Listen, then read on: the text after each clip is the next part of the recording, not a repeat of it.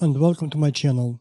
My name is Alexey, and today what we're gonna be doing is taking a look at EQ tricks I learned from Warren Huart. Warren Huart is a wonderful producer, sound engineer and a songwriter who created one of the best communities, Produce Like a Pro Academy. I've been a student of Produce Like a Pro Academy since 2018 and learned and still learning so much from Warren. Thanks to his videos and courses, I could put my mixing skills on a new level and became better at mixing. Today I will show you EQ tricks I learned from Warren Huart, which will help you to make your mixes sound better. Please don't forget to check out Produce Like a Pro YouTube channel, a link will be in the info box of this video, and of course you are more than welcome to join Produce Like a Pro Academy and develop your mixing skills and make your mixes sound on a professional level. Thank you so much for watching, and I hope this video will be useful for you.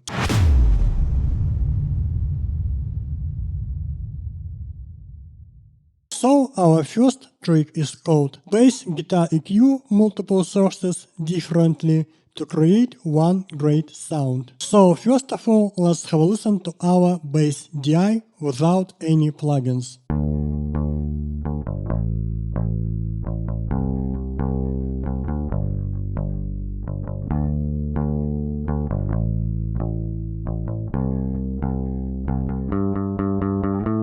Now we're gonna be using Waves Audio REQ, and here I used low pass filter to cut all highs around 170 Hz.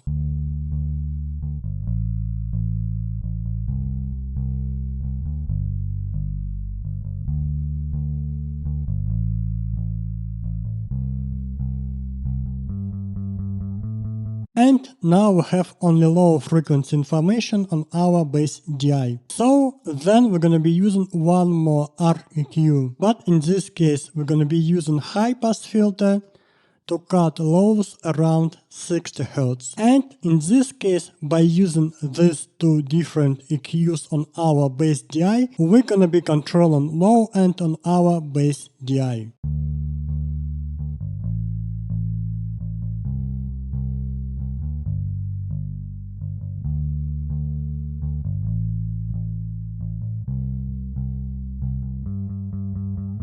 Also, there is one more way how you can control low end on your bass. So in this case, let's go back to our bass DI. And again, let's take REQ. So here I used high pass filter to cut some lows around 60 Hz of our bass DI. And I used low pass filter to cut some highs around 200 Hz of our bass DI. So let's have a listen to our bass DI.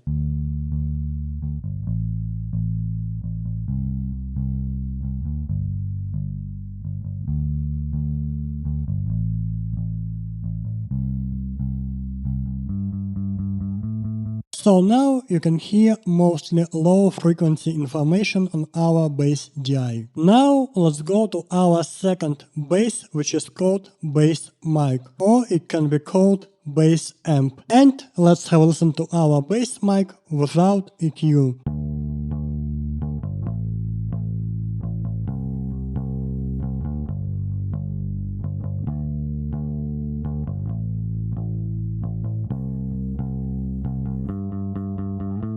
Now let's take a look at our REQ on our bass mic. So here again I used high pass filter and I used low pass filter. I used high pass filter to cut some lows around 180 Hz and I used low pass filter to cut some highs around 1 kHz. So let's have a listen to our bass mic with our EQ on.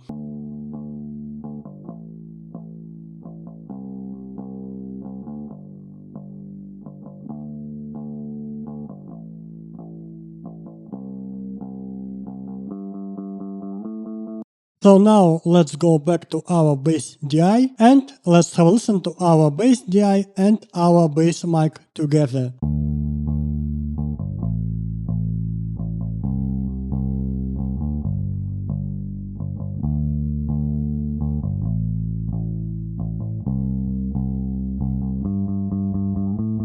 So in this case, by using this trick, we can control low end on our bass guitar sound in general.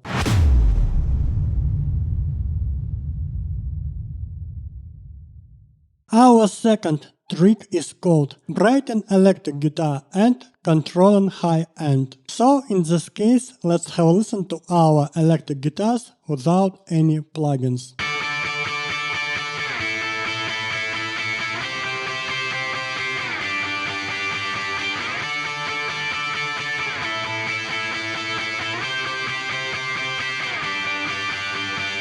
So now let's open our REQ, and I use the same settings for our left and right guitars. So first of all, what I did, I tried to shape the sound of our electric guitars by using high pass filter around 105 Hz and by using low pass filter around 6 kHz. And then to make our electric guitars sound brighter in the mix, I boosted highs around 4 kHz. So now let's have a listen to our guitars with REQ on.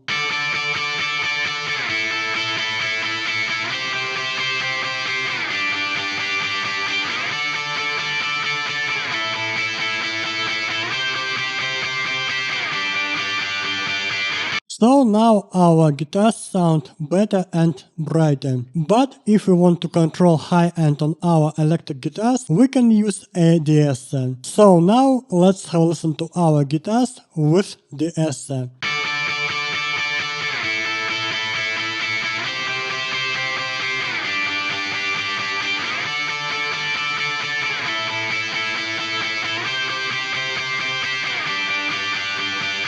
So again, we can use an EQ first of all to shape the sound of our guitars by using high pass and low pass filters. Then if we want our guitars to sound brighter in the mix, we can boost some highs, and if we want to control highs on our guitars, we can use a de-esser after our EQ.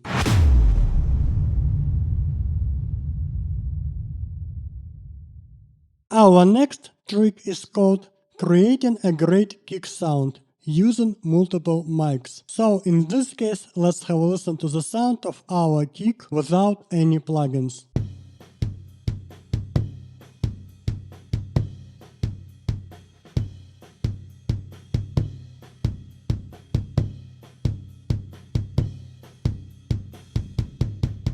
So here, as you can see, we have two differently recorded kicks. So first of all, let's take a look at our kick 1. For our kick 1, I used REQ. And here I cut some lows around 71 Hz. I boosted a lot of highs around 2 kHz. And I cut some mids around 200 Hz. So let's have a listen to our kick 1.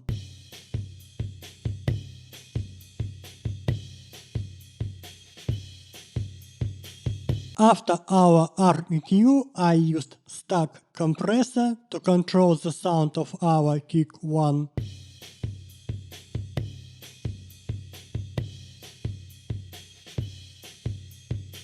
And after our compressor, I used again REQ, and here I cut a lot of lows around 1 kHz, and I boosted a lot of highs around 6 kHz.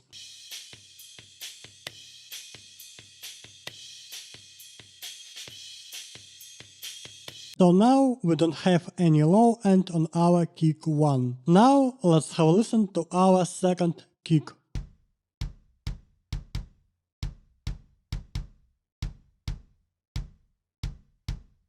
So for our second kick I used REQ, and here I boosted some lows around 60 Hz, then I boosted some highs around 2 kHz, and I cut some mids to make our second kick sound cleaner. So now let's have a listen to our second kick with EQ on.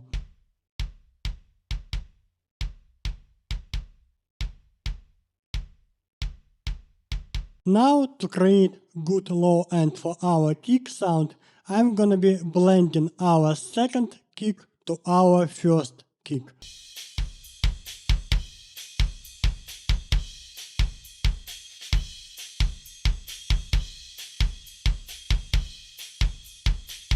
So, by using these tricks, you can create a good low end for your general kick sound.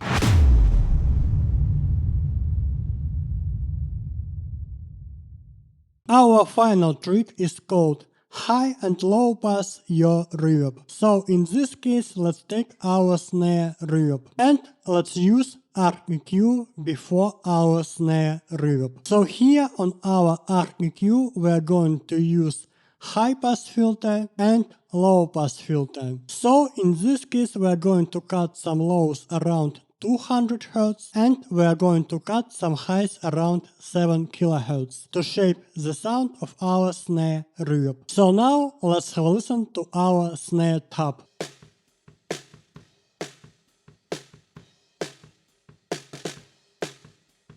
Now let's have a listen to our snare tab with our snare reverb but without our EQ.